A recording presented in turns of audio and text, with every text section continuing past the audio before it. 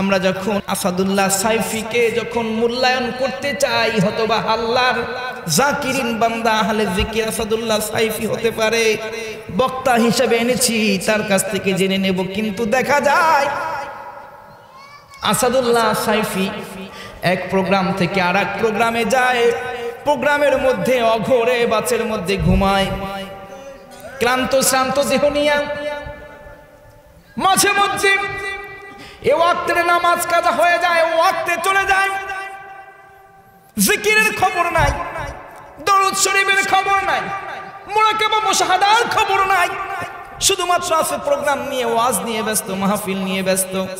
আবার দিনের কথাগুলো শোনাবে, কোরআনের কথাগুলো বলবে, হাদিসের কথাগুলো বলবে। আসাদুল্লাহ সাইফি ফোন দিয়ে যখন আমরা তাকে আমাদের এলাকায় আনার জন্য দাওয়াতটা কনফার্ম করতে যাই, তিনি আমাকে কনফার্ম করে দেয়, আমাকে কিন্তু 30,000 টাকার নিচে 30 পয়সা দিলেও আমি যাব না। ঠিক কি না? আছে না এমন? না না বন্ধু, এরা সত্যিকারের জাকিরিন হতে পারে না। সত্যিকারের জাকিরিন তিনি, যিনির কাছে যখন কেউ দিন জানতে চাবে, দিন শিখতে চাবে, আল্লাহর বান্দা ওই শিখতে চাওয়া ব্যক্তিকে কোলের মধ্যে জড়িয়ে নেবে, বুকের মধ্যে জড়িয়ে নেবে, সুন্দর করে দিনটা বুঝিয়ে দিবেন, সুন্দর করে পিঠে পোছা দিয়ে, মাথার মধ্যে হাত বুলিয়ে দিয়ে চমৎকার ভাবে দ্বীনের তালিম দিবে। তাদের চরিত্রটাই হচ্ছে জগতের মধ্যে জাকিরিন আর শাকিরিন। ইয়া নবী সালামু আলাইকা, ইয়া রাসূল সালামু আলাইকা, ইয়া হাবিব সালামু আলাইকা, সালাওয়াতুল্লাহ আলাইকা। মালিক আল্লাহ রাব্বুল আলামিন বলছেন, ফাসআলু আহলাদ যিকরি ইন কুনতুম লা তা'লামুন।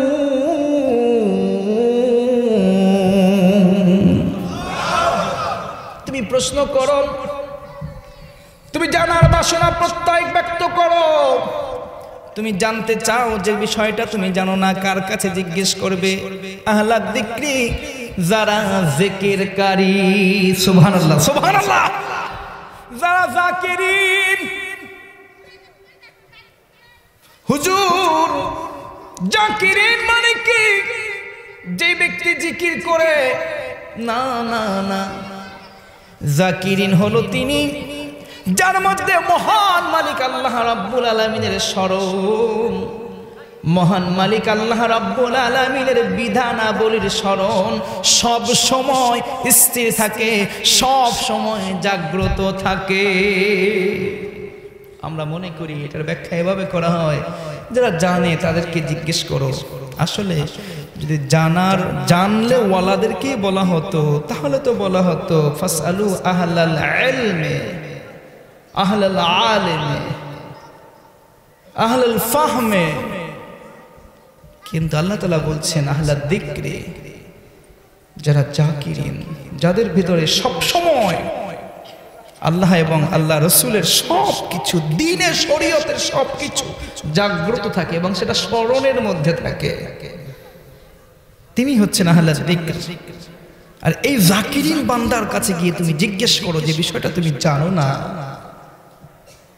শুধু ভাইয়ের আমার, এই আয়াতের বাস্তব অনুসরণ অনুকরণের জন্য পৃথিবীর মধ্যে আমরা আহলাদ যিকির সন্ধান করি। কে আছো আহলে যিকির? কে আছো আল্লাহর জাকিরিন বান্দা? কে আছো আল্লাহর স্মরণে সর্বক্ষণিক সময় কাটানেওয়ালা বান্দা? আমরা যখন আলেম আসাদুল্লাহ সাইফিকে যখন মূল্যায়ন করতে চাই, হতবা আল্লাহর জাকিরিন বান্দা আহলে জিকির আসাদুল্লাহ সাইফি হতে পারে, বক্তা হিসেবে এনেছি, তার কাছ থেকে জেনে নেব। কিন্তু দেখা যায় আসাদুল্লাহ সাইফি এক প্রোগ্রাম থেকে আর এক প্রোগ্রামে যায়, প্রোগ্রামের মধ্যে অঘরে বাচের মধ্যে ঘুমায়, ক্লান্ত শ্রান্ত দেহ নিয়ে মাঝে মধ্যে এ ওয়াক্তের নামাজ কাজা হয়ে যায়, ওয়াক্তে চলে যায়, জিকিরের খবর নাই, দরুদ শরীফের খবর নাই, মুরাকাবা মুশাহাদার খবর নাই, শুধুমাত্র আছে প্রোগ্রাম নিয়ে, ওয়াজ নিয়ে ব্যস্ত, মাহফিল নিয়ে ব্যস্ত।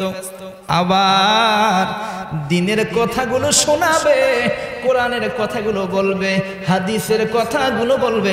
আসাদুল্লাহ সাইফি ফোন দিয়ে যখন আমরা তাকে আমাদের এলাকায় আনার জন্য দাওয়াতটা কনফার্ম করতে যাই, তিনি আমাকে কনফার্ম করে দেয় আমাকে কিন্তু 30,000 টাকার নিচে 30 পয়সা দিলেও আমি যাব না।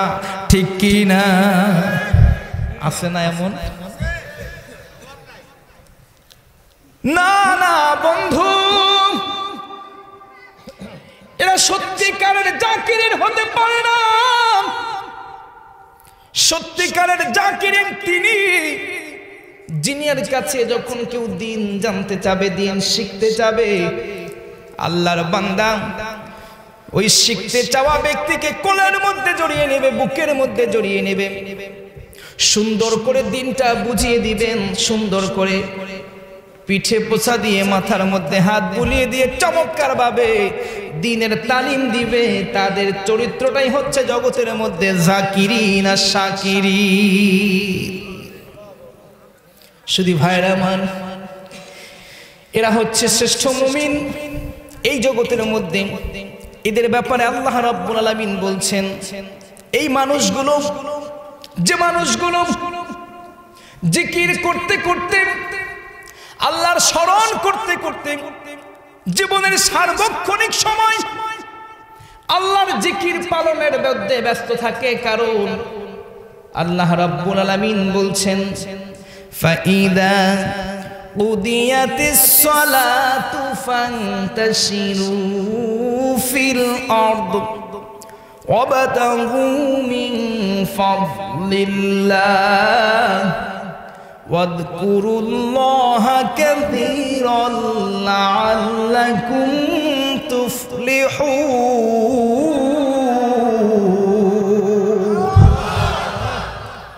ও কাশিয়ানীর বাবা, তোমার আল্লাহ তোমাকে নির্দেশ করেছেন তোমার উপরে 5 ওয়াক্ত সালাত ফরজ, ঠিক না?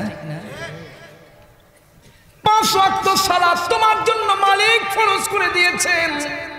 তাওয়ান ও কারহান তোমাকে সালাত আদায় করতে হবে, নাকি হবে না?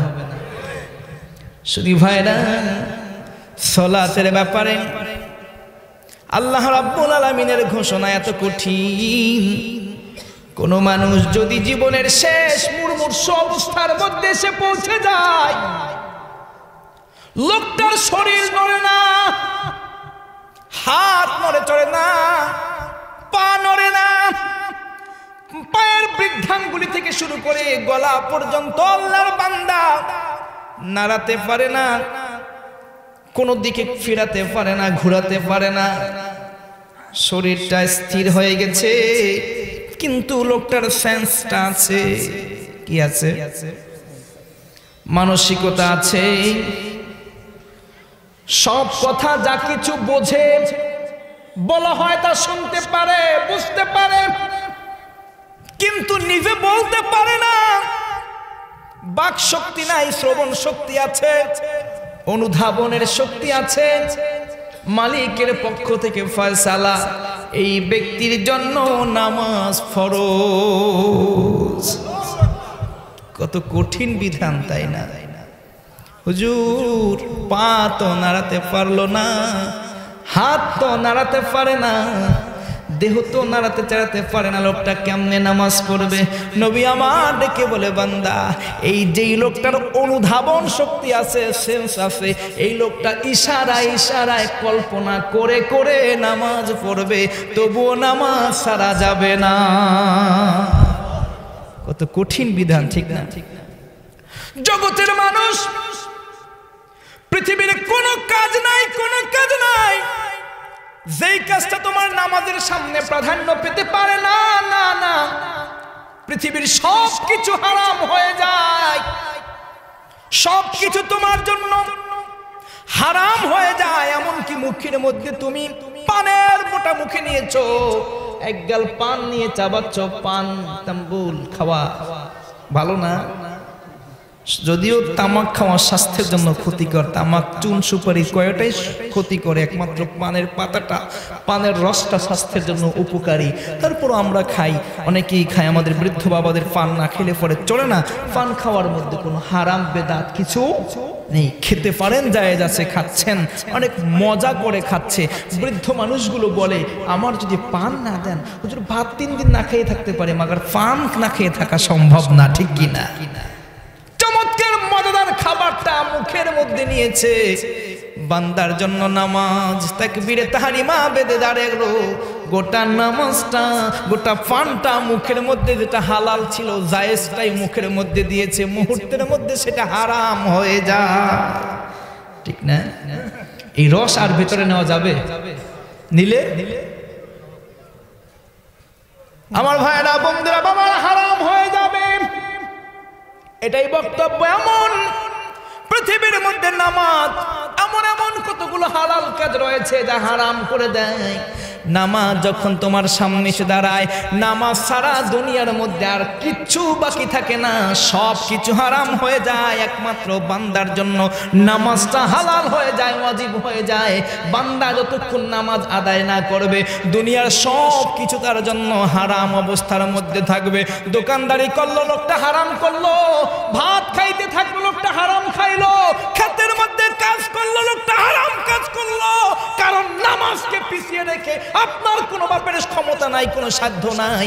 আপনি দুনিয়ার কাজের মধ্যে মশগুল থাকবেন, মশগুল থাকলে পরে আপনি হারামের মধ্যে মশগুল থাকলেন, আপনার কাজটা আর হালাল হলো না, ঠিক কি না? আর যারা বলুন ঠিক কি না? নামাজকে বলো না কাজ আছে, কাজকে বলো আমার নামাজ আছে। মোবাইল দিয়ে বাজে, সবাই কোন আমার সঙ্গে? নামাজকে বলো না কাজ আছে, কাজকে বলো নামাজ বিহীন পরপারে কি জবাব দিবে তুমি খোদার কাছে? বলো নামাজ বিহীন পরপারে কি জবাব দিবে তুমি খোদার কাছে? নামাজকে বলো না কাজকে বলো আমার নামাজ আছে, নামাজ বিহীন পরপারে কি জবাব? মারহাবা বলেন, আর একটু জোরে কন্যা মারহাবা। আমার ভাইরা রে,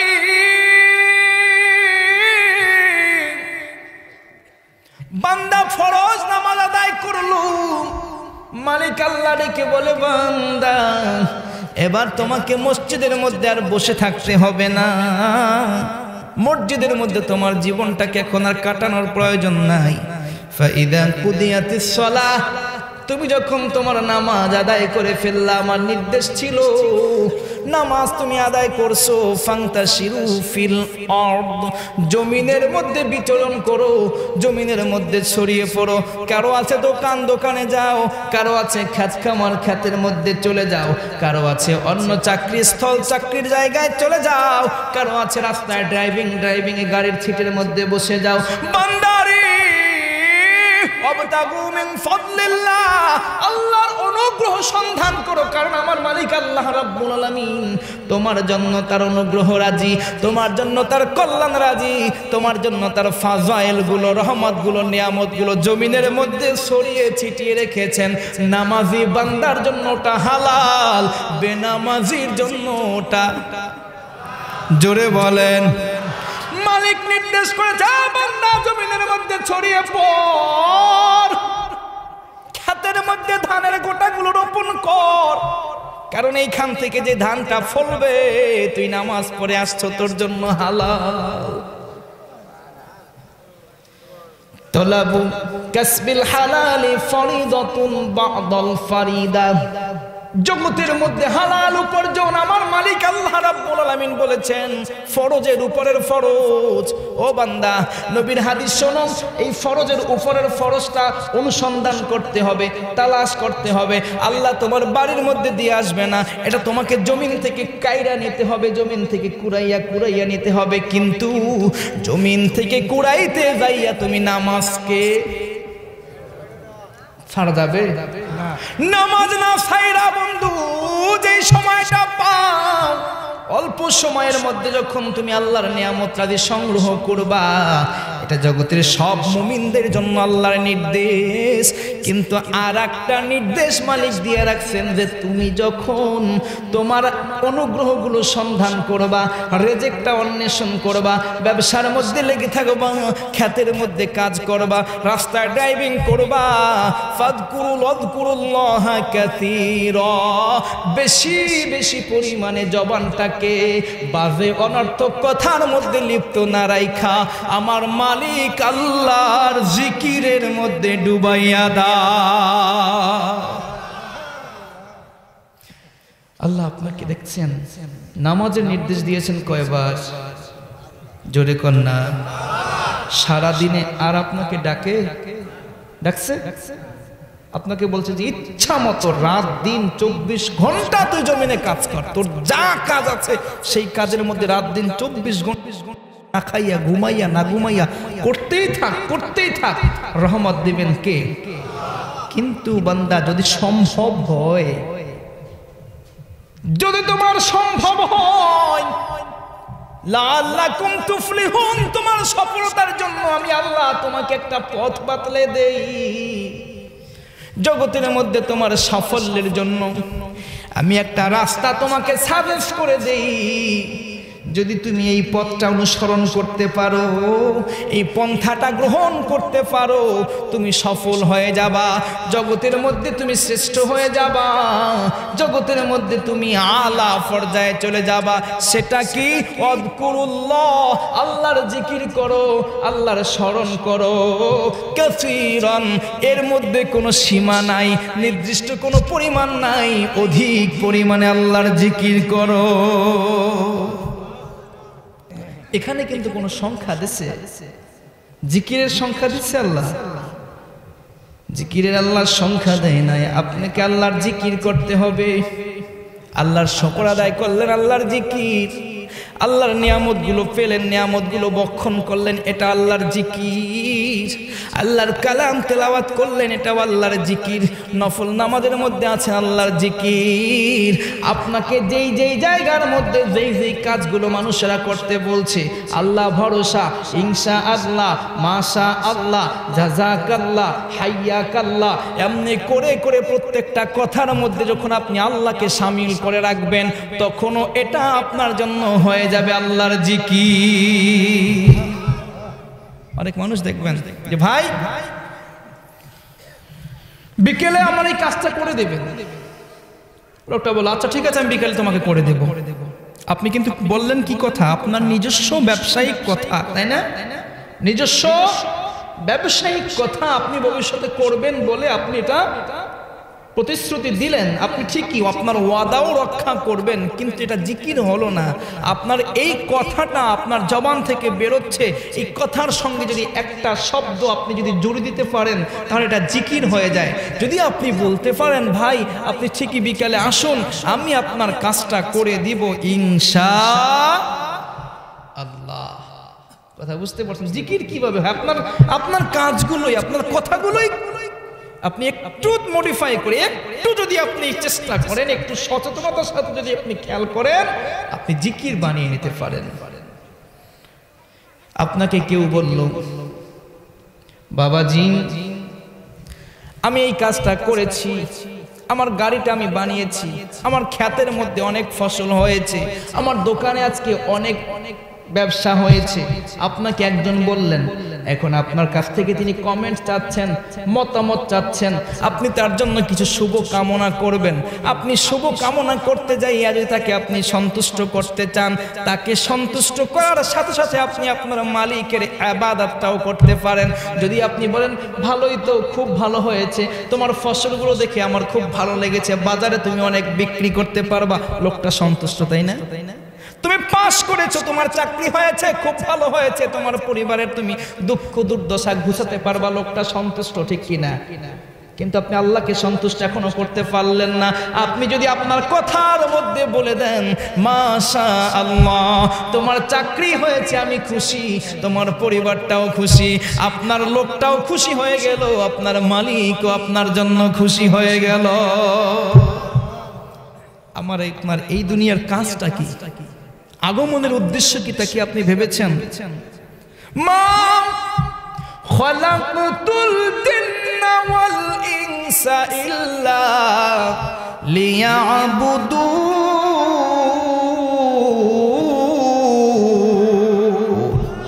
বান্দারে বান্দা, দোকানদারি আসল উদ্দেশ্য নয়, খেতে খামারে কাজ করবি, ফসল ফলাবি, আসল উদ্দেশ্য নয়। জগতের মধ্যে মানুষের সামনে বক্তব্য দিবি, বিবৃতি দিবি, মানুষকে সন্তুষ্ট করবি, এটা উদ্দেশ্য নয়। মানুষের সঙ্গে ভালো ব্যবহার করবি, ভালোভাবে থাকবি, এটা উদ্দেশ্য নয়। আমার আসল উদ্দেশ্য জগতের মধ্যে তুমি আমি আল্লাহর বন্দেগী করবা। আপনার সবকিছু কিভাবে আপনি জিকির বানিয়ে নেবেন, কিভাবে আপনি ইবাদত বানিয়ে নিতে পারেন, আমি আপনাকে সেই তালিমটাই দেওয়ার চেষ্টা করতেছি ইনশাআল্লাহ। প্রিয় ভাইরা আমার, একজন মানুষ আপনার কাছে এসে বলল, ভাইরে আমার জন্য দোয়া করবেন, আমি কাজে যাচ্ছি, আমি বিদেশে যাচ্ছি, আমার জন্য দোয়া করবেন। আপনি কি বললেন? যাও, ভালো থেকো, আবার ফিরে এসো, মাঝে মধ্যে ফোন দিও। আপনি তাকে কিন্তু আপনার কথাটা বলে দিলেন, কিন্তু এই কথার মধ্যে যদি আপনি আরেকটা শব্দ যোগ করতে পারতেন, আরেকটা শব্দ যদি আপনি যোগ করতে পারতেন, তাহলে আপনার এই কথাটা কি হয়ে যেত? ইবাদত হয়ে যেত।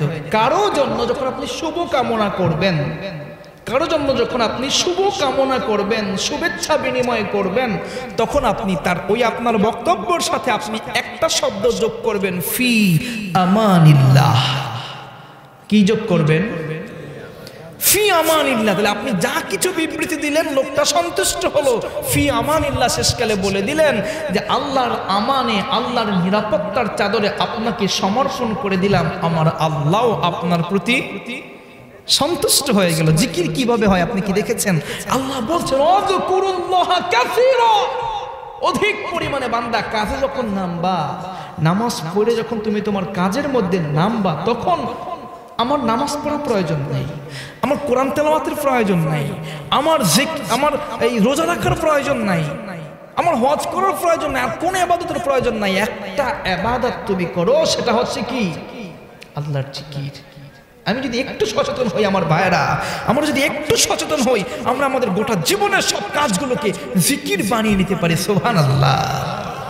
শুধু ভাইরা, এই যে সুবহানাল্লাহ বললেন, এক বাড়িতে গেলেন, চমৎকার বাড়ি করেছে, ছেলেটা বিদেশ থাকে, আপনি দেখলেন, দেখার পরে আপনি বলেন বাহ, তোমার ছেলে তো খুব ভালো, অনেক টাকা পাঠায় বুঝি, খুব সুন্দর বাড়ি করেছো, তোমার বাড়িটা দেখে আমার খুব পছন্দ হয়েছে, আরে আমার 7 জন্মের ইচ্ছা ছিল এমন একটা বাড়ি করা, এমন পাম্পট্টি দিচ্ছেন, বাড়িওয়ালা বুইরা ফুইলা ফাইফা এখন এমন হয়ে গেছে, এখন আপনারা আগে খাওয়াইতে চাইছিল পান, এখন দৌড় দিয়া বাড়ির ঘরের মধ্যে যাইয়া বউরে কইতেছে, পুতির বউরে, বৌমা ঘরের মধ্যে কোন জায়গায় কি খাওয়ান দাও, তোমার চাচাই আইছে, হ্যাঁ খাওয়ান দেওয়া লাগবে। লোকটা খুশি, কারণ আপনি আর বাড়ির কি করছেন?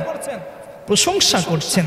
কিন্তু লোকটাকে খুশি করেছেন, লোকটা পামে ফুইলা ঘরের মধ্যে গোপন কুঠুরির মধ্যে থেকে খাবারটা নামিয়ে আপনাকে দিচ্ছে, কিন্তু এখান থেকে এই পামের মাধ্যমে আপনি আল্লাহর জান্নাত থেকেও কিছু খাবার অর্জন করতে পারতেন, যদি আপনি এই কথার মধ্যে একটা শব্দ যোগ করতে পারতেন।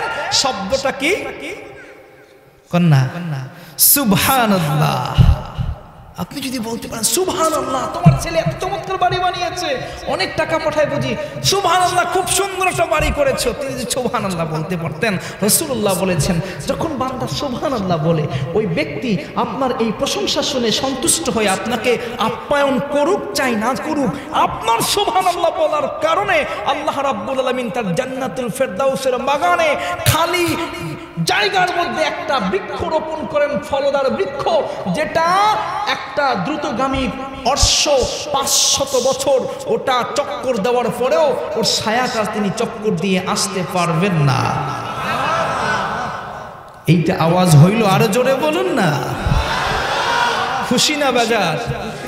আপনি এই দুনিয়ায় উনি পানের সাথে নাইলে আর দুই একটা আপেল ফ্রিজ থেকে নামাইয়া কাইটা দিবে, আর নাইলে শীতের দুই একটা পিঠা আপনাকে খাওয়াইবে, এতটুকু খাওয়ার মাধ্যমে কি আপনি সন্তুষ্ট, না আপনি জান্নাতে এমন একটা বৃক্ষের মালিক হওয়ার মধ্যে সন্তুষ্ট? কোনটা? এখন আপনি বুঝতে পেরেছেন জিকিরের দাম আছে কিনা, আছে কিনা বলেন। শুধু ভাইয়ের আমার, মানুষগুলো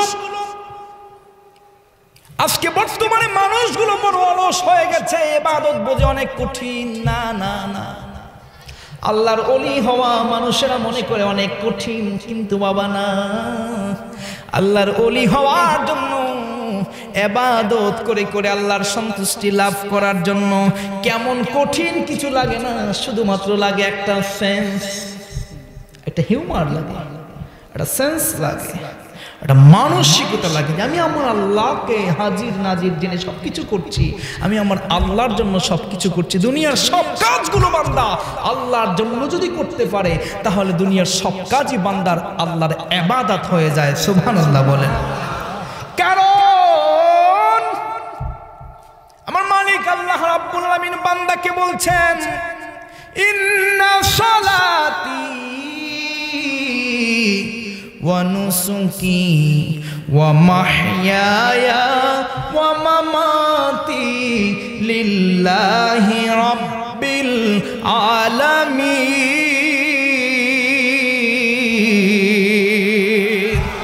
বান্দারে, ও বান্দা, তোমারে যে আমি ইবাদত করাই, নামাজ পড়াই, তুমি কার জন্য নামাজ পড়ো? আরে জোরে কয় না, কার জন্য নামাজ পড়ো বাবা? বন্ধুরে, বন্ধুরে, তুমি যে কোরবানিটা করো, ত্যাগ তিতিক্ষা করো, বৎসরে তোমার 1,00,000 টাকা থেকে 2,500 টাকা তুমি মাইনাস করে সরিয়ে দাও। তোমার ব্যাংকের মধ্যে টাকা ছিল, গইনা গইনা যেই কয় টাকার জাকাত হয়েছে, জাকাতের টাকাগুলো বের করে আল্লাহ রাস্তায় গরিব দুঃখীদের মাঝে বিলীন করে দাও। কেউ তোমাকে জোর করতে পারে না, কোনো জবরদস্তি নাই, কিন্তু তবুও তুমি তোমার দায়িত্ব থেকে, তোমার বিবেক থেকে, তোমার প্রেরণা থেকে তুমি এই যে ত্যাগটা করলা, কোরবানিটা করলা, কার জন্য? বন্ধুরে, 3.5 লক্ষ টাকা জোগাড় করলা, 3.5 লক্ষ টাকা জোগাড় কইরা তুমি মক্কা গেলা, মদিনা গেলা, হজ করলা, আল্লাহর বাইতুল্লাহর সামনে গিয়ে এই 3 লক্ষ টাকা যদি ছেলেকে দিতাম, মেয়েকে দিতাম, ব্যবসা একটা করতে পারতো, ছেলেটা আর বেকার থাকতো না। কিন্তু তুমি চিন্তা করলা, না না না, আমার মালিক আল্লাহ আমার জন্য হজকে ফরজ করেছেন, এজন্য আমাকে হজ করতেই হবে। এই যে তুমি 3.5 লক্ষ টাকা খরচ করে হজ করে আসলা, এটা তুমি কার জন্য? 3.5 লক্ষ টাকা খরচ করে ফেললা, কুরবানি দিয়ে দিলা, বিসর্জন দিলা, কার জন্য? মালিক আল্লাহ রাব্বুল আলামিন। তুমি গরুর গোশত খাও না, তোমার অ্যালার্জি আছে, রক্তের মধ্যে সমস্যা, গরুর গোশত খাইলে পরে তোমার হার্টে প্রেশার বেড়ে যায়, তুমি হার্টের রোগী। কিন্তু প্রতি বছর কোরবানি আসলে পরে তোমার গরু একটা জবাই করতে হয়, 2-3 ভাগ তুমি এখানে 10-20 হাজার টাকা খরচ করে ফেলো, কার জন্য? বান্দারে বান্দা, যে আল্লাহর জন্য এইগুলা করো, ওই মালিক আল্লাহ রাব্বুল আলামিন বলছেন শুধু এইগুলো করার মাধ্যমে ক্ষান্ত হলে চলবে না। ও বান্দা, লিল্লাহিয়াত বোঝনি, তাসাউফ বোঝনি, ওলি আল্লাহরা কি শিখায় তোমাদেরকে বোঝনি? ওলি আল্লাহরা শিখায়, তাই তোমাকে লিল্লাহিয়াত হতে হবে। ও বান্দা, এক কথায় তুমি নামাজ পড়লা, আর যে কোরবানিগুলো করলা, যাকাত দিলা, হজ করলা, কোরবানি করলা, আরো ত্যাগ তিতিক্ষাগুলো করলা আল্লাহর জন্য, এর মধ্যে তোমার জীবন সীমাবদ্ধ নয়। শুধুমাত্র এক কথায় বুঝে নাও, তোমার জীবন জন্ম থেকে শুরু করে মৃত্যু পর্যন্ত গোটা জীবনটা যতক্ষণ না পর্যন্ত আল্লাহর জন্য বলে তুমি প্রমাণ না করতে পারবা, প্রমাণ দিতে না পারবা, ততক্ষণ পর্যন্ত তোমার মধ্যে লিল্লাহিয়াত আসবে না। যদি তুমি আল্লাহ ওয়ালা দাবি করো, মুমিন দাবি করো, সফল কাম হতে চাও, তাহলে তোমাকে মনে রাখতে হবে ইন্না সলাতি, নামাজ যেমন আমার আল্লাহর, ওয়া নুসুকি, আমার সমস্ত বিসর্জনগুলো যেমন আমার আল্লাহর, ওয়া মাহইয়ায়া, আমার বেঁচে থাকাটা এই পৃথিবীর মধ্যে নেতার জন্য নয়, ক্ষমতার জন্য নয়, অর্থের জন্য নয়, সম্পদের জন্য নয়, দলের জন্য নয়, আল্লাহ। তো ঠিক কিনা বলেন? আমার বেঁচে থাকা কার জন্য? আরো জোরে বলেন কার জন্য? এটাই ঈমান। বান্দারে, আজকে তোমার নামাজ হচ্ছে ভোটে তুমি জিতবা, নির্বাচনে তুমি জিতবা, এই কারণে মানুষকে দেখাও তুমি নামাজি, ঠিক কিনা? নমিনেশন কেনার আগের বছর তুমি বড় দানশীল হয়ে যাও, নেত্রীর গ্রিন সিগন্যাল পাইলা, নেত্রী ফোন দিয়েছে, অথবা নেত্রীর পিএস তোমাকে ফোন দিয়েছে, অথবা স্থানীয় পর্যায়ের একজন জাতীয় পর্যায়ের নেতা ফোন দিয়েছে, কেউ মিয়া আসেন কই? কয় স্যার ব্যস্ত আছি কাজকর্ম নিয়ে। মিয়া কাজকর্ম কিছু কইরেন, এলাকার মানুষের লগে একটু যোগাযোগ কইরেন, এলাকায় একটু খবর লইয়েন। এটা গ্রিন সিগন্যাল। এটা কি? সামনে কিন্তু নির্বাচন। এই চিন্তা করছে যে নেত্রীর, নেতার কাছের মানুষ যখন আমার ফোনটা দিছে, এটা তো যেমন তেমন ফোন না, এটার মধ্যে কিছু অর্থ আছে, ঠিক কিনা? অমনে সকালবেলা ড্রাইভারে লইয়া আইসে দেশের মধ্যে আইসা এখন এই জায়গার মসজিদে একদিন জুমার নামাজ পড়ে, হ্যাঁ না যাইয়া 50,000, ওই জায়গার মাদ্রাসায় যায়, আরে এতিমদের দেখলে আমার কান্না পায়, আমি এতিমদের জন্য 25,000। এমনি করে রাস্তা একটা নাই, রাস্তার মধ্যে কিছু দিল।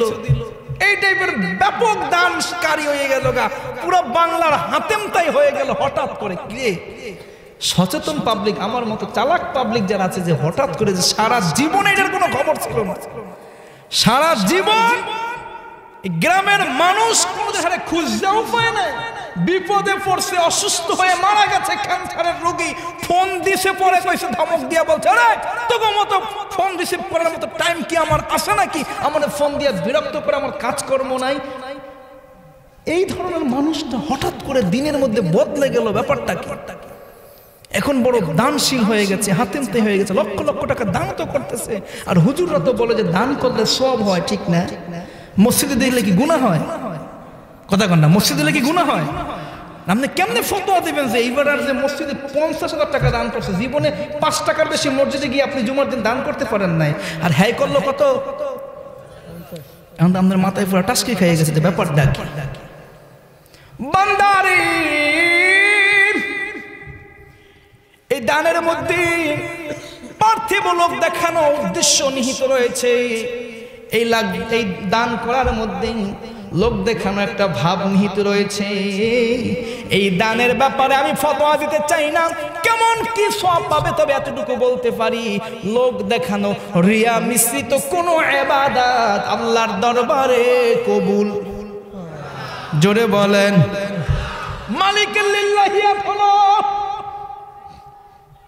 আমাদের পীরের আমাদের শিখায় জগতের মধ্যে মাহিয়ায়া, তোমার জীবনটা, গোটা জীবনটা শুরু থেকে শেষ পর্যন্ত সব কিছু চলবে আমার মালিক আল্লাহর জন্য, ঠিক কিনা? ওয়া মামাতি, আর তোমার পৃথিবী থেকে চলে যাওয়া, মৃত্যুবরণ করা, সেটাও হবে কার জন্য বলো? আরো জোরে কও না। এতটুকু অবস্থা যদি তুমি তৈরি করতে পারো, এতটুকু সূত্র যদি তুমি তৈরি করতে পারো, এই জগতের মধ্যে তুমি সফল, জগতের মধ্যে তুমি সার্থক, জগতের মধ্যে তুমি সফল হয়ে গেলা, সার্থক হয়ে গেলা। পৃথিবীর কোনো শক্তি নাই, কোনো পরাশক্তি নাই তোমাকে বিপর্যয়ের মধ্যে ঠেলে দিতে পারে, কারণ এই সফলকাম মানুষগুলোর পিছনে যার গাইড, যার হাত, তিনি কে? লা ইয়াস্তাবি আসহাবুন নারি ওয়া আসহাবুল জান্নাহ।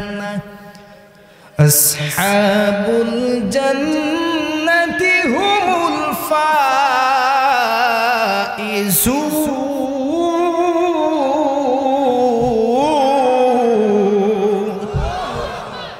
বান্দারে, জান্নাতি মানুষগুলো আর জাহান্নামী মানুষগুলো কোনোদিন এক হতে পারে?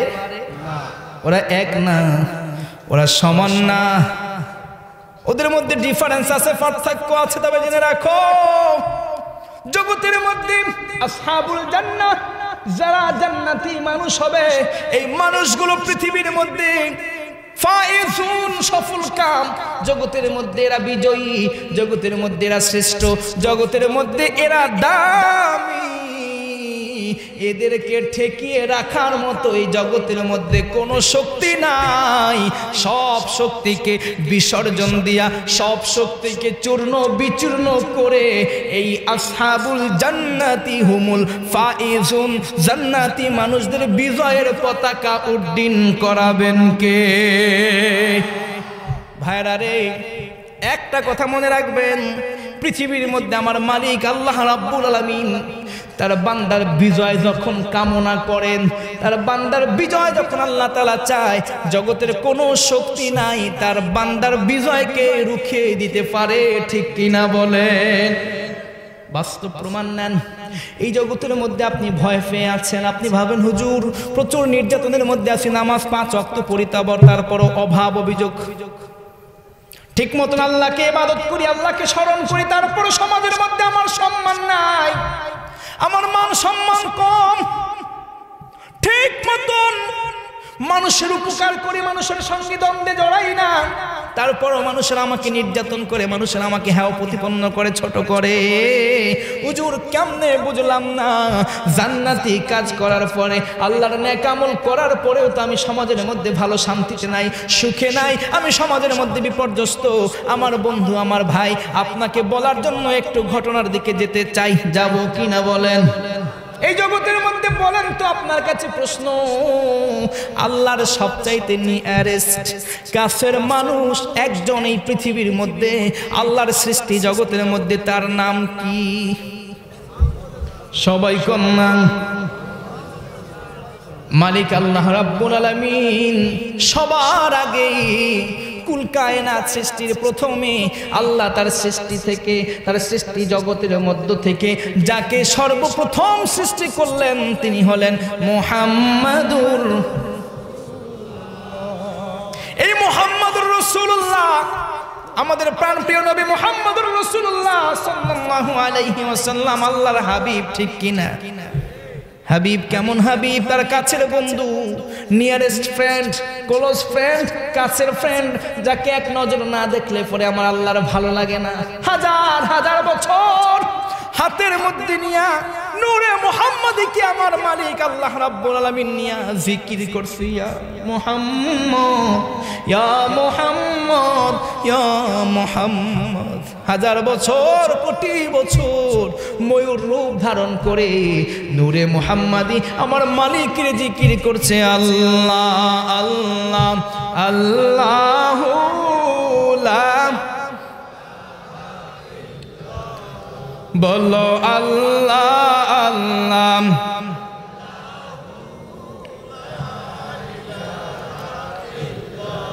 মওয়াতে তুফান আসবে যখন নবী গো আমার, দয়া করিয়া দিবেন দেখা, দয়া করিয়া দিবেন দেখা চেহারা আনওয়ার নবীজি, আল্লাহ আল্লাহ।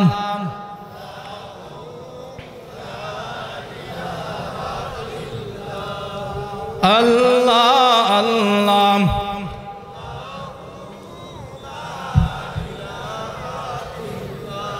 আমার ভাইরা বাবারা, একটু ধৈর্য ধারণ করে বসুন।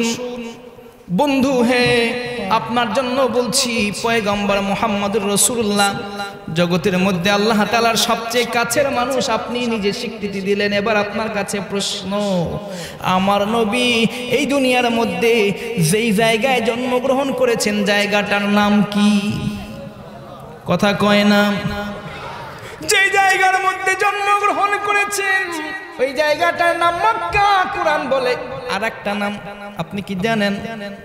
কোরআন এই জায়গাটারে কি বলে? লাল্লাযী বিবাক্কাতিন মুবারাকা ইন্না আউওয়ালা বাইতিন উদিয়া লিন-নাসি লাল্লাযী বিবাক্কাতিন মুবারাকা। পৃথিবীর প্রথম ঘর, জগতের মধ্যে সর্বপ্রথম ঘর যেই জায়গার মধ্যে সৃষ্টি করেছেন আমার,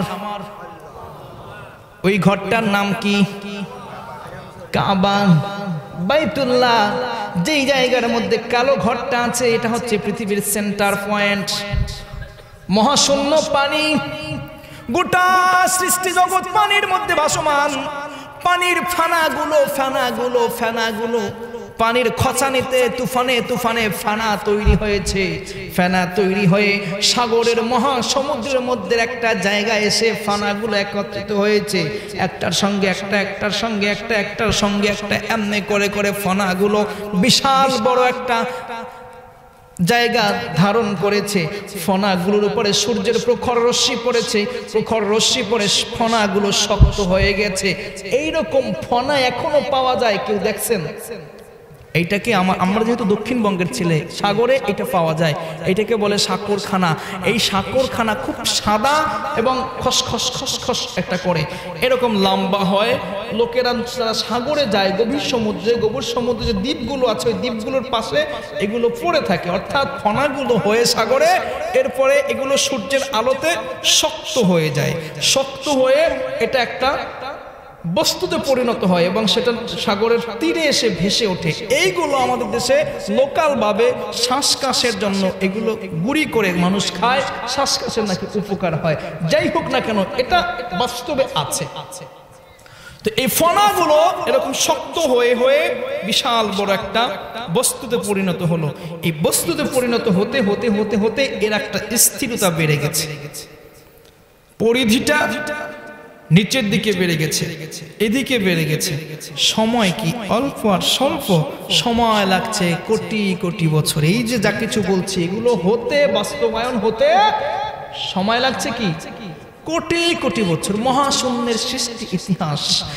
এরপরে পানির উপরে, সবটাই ছিল কিন্তু পানির উপরে ভাসমান একটা প্ল্যাটফর্ম তৈরি হলো, একটা স্টেজ তৈরি হলো। স্টেজটার মধ্যে জমিন, পানির সিক্ততা এবং ওই ফনার মিশ্রণের ফলে মাটির রূপ ধারণ করলো।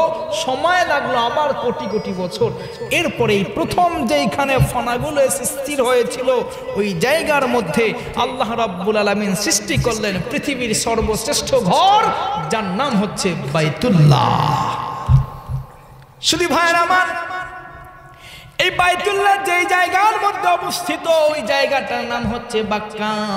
এই বাক্কার মধ্যে আমার মালিক আল্লাহ রাব্বুল আলামিন তার বন্ধুকে পছন্দ করলেন, বন্ধুকে প্রেরণ করতে চাইলেন। এবার এই জায়গার মধ্যে আমার মালিক আল্লাহ মক্কাকে পছন্দ করলেন, বাক্কাকে পছন্দ করলেন। বন্ধুকে পাঠাবেন, কোন ঘরে পাঠাবেন? বাক্কার যিনি শাসক, বাইতুল্লাহর যিনি রক্ষক, বাইতুল্লাহর যিনি দায়িত্বশীল, নাম তার আব্দুল মুত্তালিব।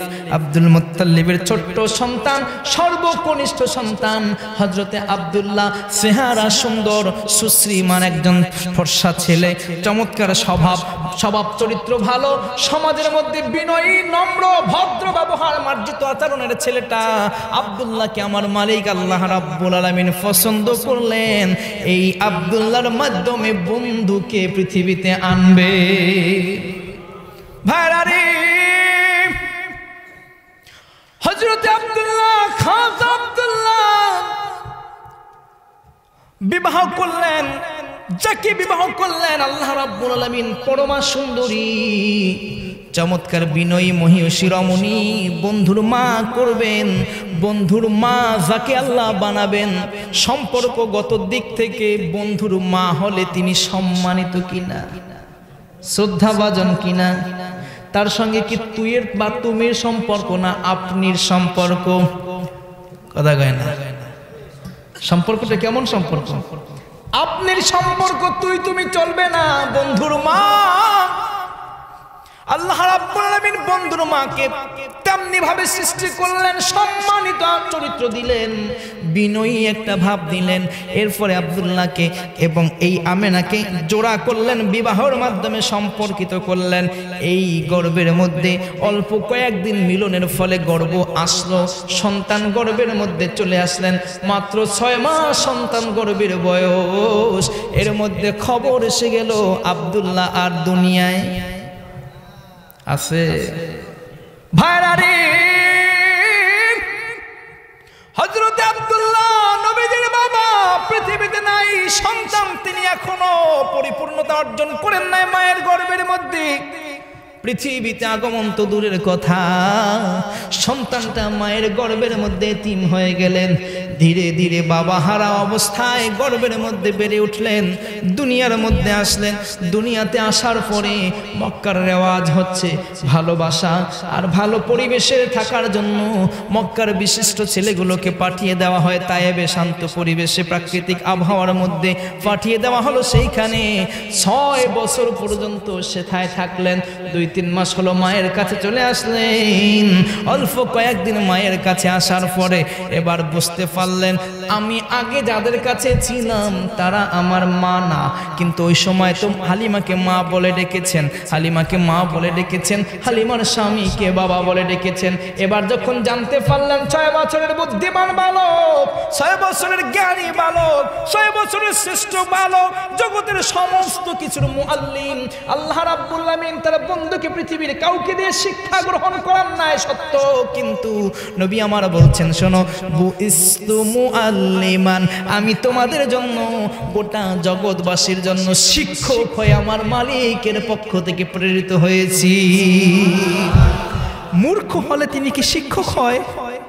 কথা কয় না, জানে না, যে বোঝে না তিনি শিক্ষক হতে পারে।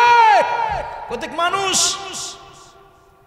আমার নবীকে মূর্খ প্রমাণ করার জন্য ব্যস্ত, দলিল প্রমাণ দেন, অক্ষর জ্ঞান নবীজির নাই। কত কুখ্যাত হলে পরে আমার বক্তব্য দিতে পারে আমার ভাইরা, যাকে আল্লাহ পাঠালেন শিক্ষক বানিয়ে, তিনি নাকি কিছু জানেন না। তিনি না জানলে পরে তিনি পৃথিবীর মানুষকে শিখাবেন কি? ভাবলাম আপনার কথাই যুক্তি ঠিক আছে, তিনি অক্ষর জ্ঞান জানতেন না। ভাই, এই পৃথিবীতে যত বড় পণ্ডিত হন না কেন, যত বড় পণ্ডিত হয়েছেন আর হবেন, সবকিছুর মূলে অক্ষর জ্ঞান ঠিক কিনা। আদর্শ লিপি বই পড়া ছাড়া কেউ জ্ঞানী হতে পারে? সরোয়া সরেয়া ক খ ছাড়া কোন পণ্ডিত আছে? রবি ঠাকুর, নজরুল ইসলাম আর বর্তমান হুমায়ুন আহমেদ, যাকে আপনি সাহিত্যিকের কাতারে নিয়ে আসেন না কেন, আমি বললাম আসলে হুমায়ুন আহমেদ খুব ভালো একজন বর্তমান সময়ের শ্রেষ্ঠ কথা সাহিত্যিক, কিন্তু তার ভিতরে অক্ষর জ্ঞান নাই। তিনি অক্ষরটা চিনতেন না, জানতেন না। এমনি তিনি খুব সাহিত্যিক, খুব লিখতে পারেন। এটা মানবে? এটা পাগলেও মানবে? অবশ্যই জ্ঞানের প্রথম স্তরে তো অক্ষর, ঠিক কিনা? জ্ঞানের প্রথম অবস্থানটাই হচ্ছে অক্ষর জ্ঞান। আর নবীকে বলা হচ্ছে নবী নিরক্ষর, নবী উম্মি, নবী নিরক্ষর, নবী জ্ঞানহীন। এটা একটা মূর্খের প্রলাপ, এটা নবী বিদ্বেষীদের, স্বল্প জ্ঞানীদের প্রলাপ। এরা কখনো আসলে সত্যিকার অর্থে জ্ঞানী হতে পারে? ভাইরা রে,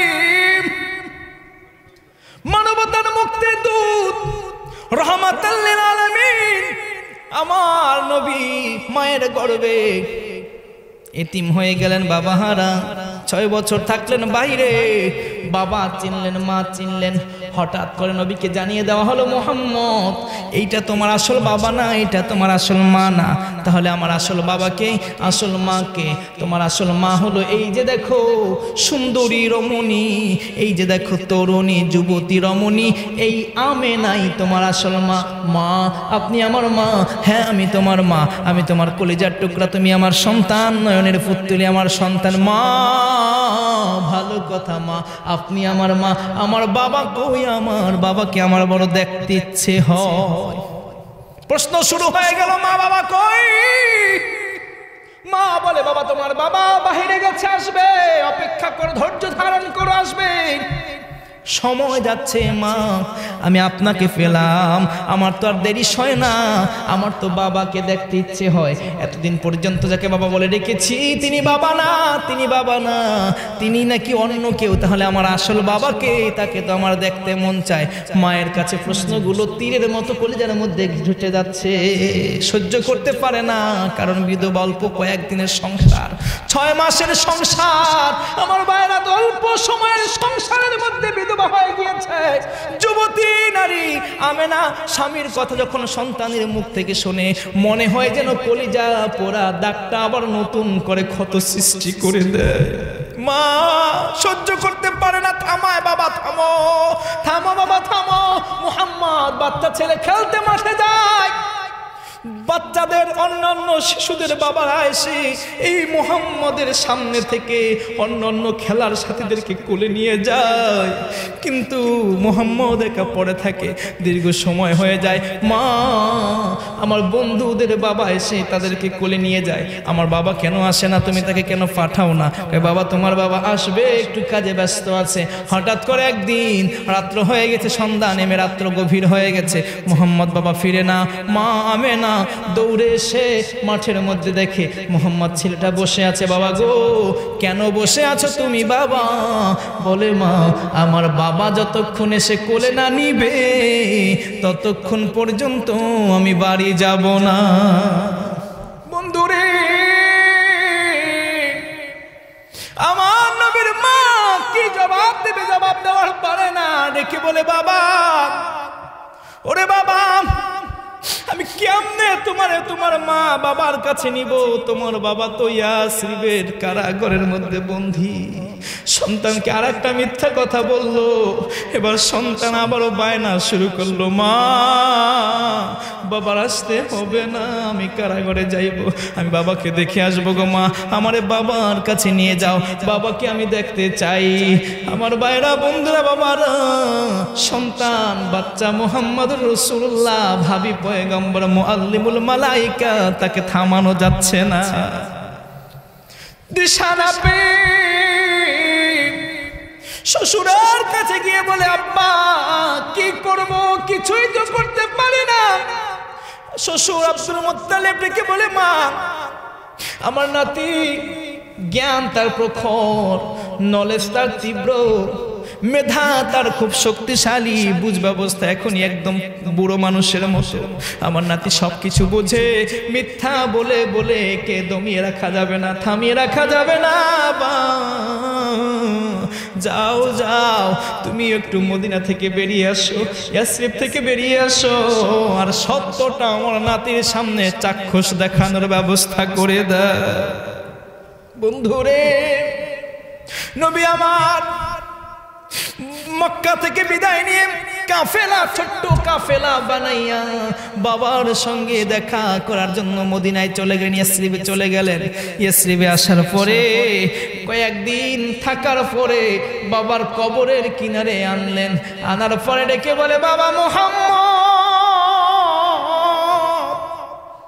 বহুদিন পর্যন্ত আমার কলিজার আগারটাকে নতুন কইরা জ্বালাইছো, কলিজা পোড়া জায়গাটারে নতুন কইরা দগদগে দগদগে বানাইছো। রে বাবা নামো, এই যে দেখো নীরব নিস্তব্ধ মাটির কারাগার, এই জায়গার মধ্যেই তোমার বাবা আব্দুল্লাহ ঘুমিয়ে আছে। দেখো বাবা, আমার এতদিন পর্যন্ত ডাকছো বাবা দেখবা, এতদিন বায়না করছো বাবা দেখবা, ও বাবা মুহাম্মদ ডাক দিয়া দেখো এবার তোমার বাবারে তুমি জাগাইতে পারো কিনা। আমার নবী বুঝতে পারলেন ব্যাপারটা কোন জায়গায়। নবী আমার একটা চিৎকার দিয়ে বলে, আল্লাহ গো, ও মালিক, তুমি আমারে এমন এতিম কবে বানাইলা রে আল্লাহ? বাবা জীবনে তো দেখতে পারলাম না, বাবার কোলে তো চড়তে পারলাম না, বাবার কপালে কোলে চড়বো বলে এত স্বপ্ন নিয়ে এত দূর পর্যন্ত হেঁটে আসলাম। আল্লাহ বাবারে দাও, বাবারে দাও, বাবারে না দিলে পরে আমি এখান থেকে উঠবো না। নবী আমার এত বিনিয়ে কান্দে, বাবা বাবা বলে নবী আমার ডাকে, নবীর প্রত্যেকটা বাবা বলে চিৎকার, আমার মালিকের আরশ পর্যন্ত কাইপা যায় রে আমার বাইরা। আল্লাহর ফেরারস বহনকারী ফেরেশতাগুলো বলে আল্লাহ তোমার নবীর একটু কি থামাইবা না, তোমার বন্ধুর এমন কান্না দেখলে পরে সহ্য হয় না।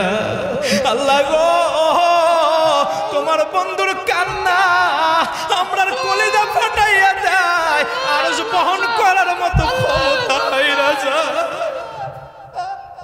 আমার বাইরা রে আরশ বহনকারী ফেরেশতারা বলে আল্লাহ রে আরশ ধইরা রাখার মতো ক্ষমতা হারাইয়া যায়, হাত পা গুলো স্থির হয়ে যাচ্ছে গো আল্লাহ তোমার বন্ধুরে থামাও। জিবরাইল কান্দে, মিকাইল কান্দে, ইসরাফিল কান্দে, আমার নবী বাবা বাবা বলে কান্দে না। মালিক ডেকে বলে জিবরাইল বন্ধুর কাছে যা। অমনি জিবরাইল এসে বলে বন্ধু মালিক পাঠিয়েছে, বাবা নিবেন না, গুনাহগার উম্মত নিবেন। যদি বাবা নিতে চান এই মুহূর্তের মধ্যে কবর থেকে বাবা জিন্দা হয়ে উঠবে। আমার বাবা আপনার বাবা জিন্দা হয়ে উঠবে, আপনাকে কোলে নিবে, চুমা দিবে, আপনার কাফেলার সঙ্গী হইয়া মক্কায় চলে যাবে।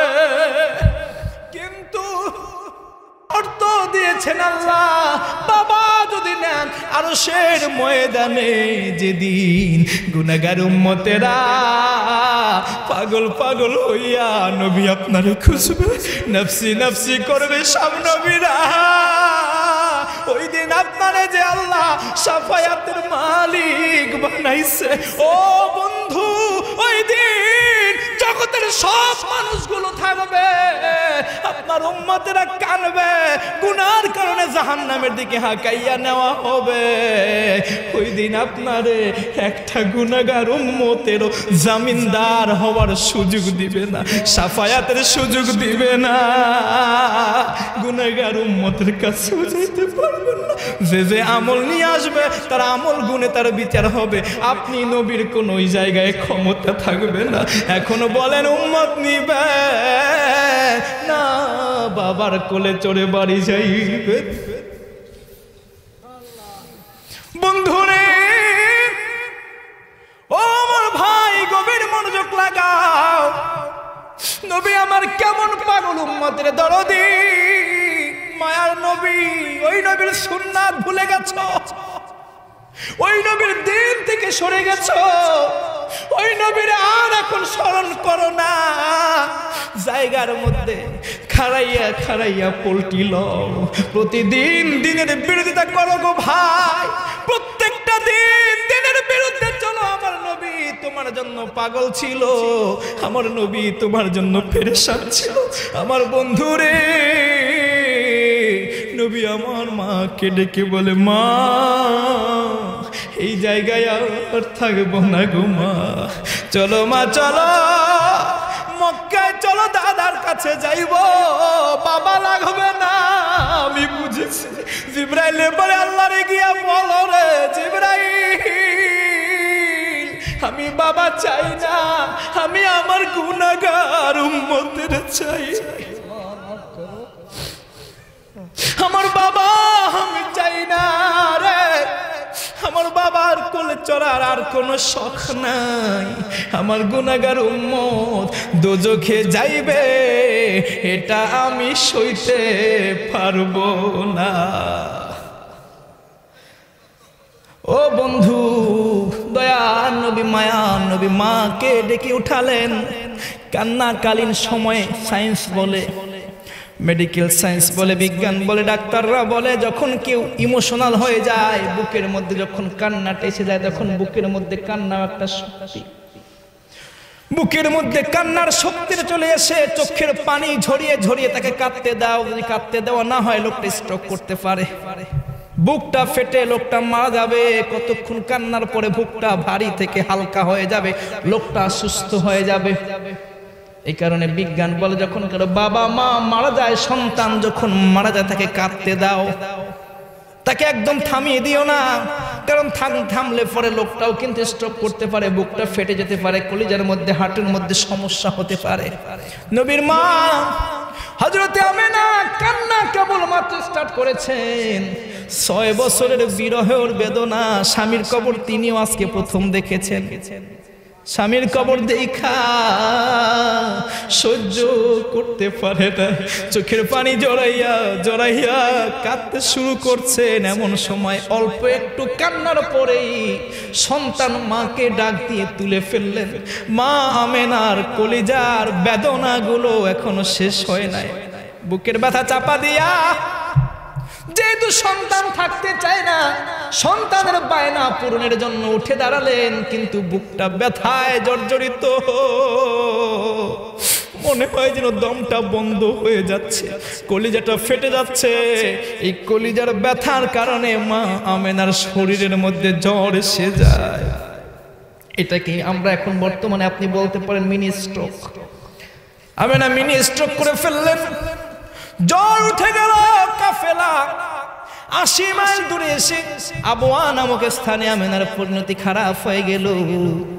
হযরতে মা আমেনা কাফেলা থামিয়ে দিলেন। আমেনা অসুস্থ অবস্থায়, মুমূর্ষ অবস্থায় শুয়ে পড়লেন বিছানার মধ্যে। আমেনার গায়ে শক্তি নাই। দাসী উম্মে আয়মনকে বলে, আমার বাবা মুহাম্মদ রে আমার বুকের মধ্যে একটু আয়না দাও।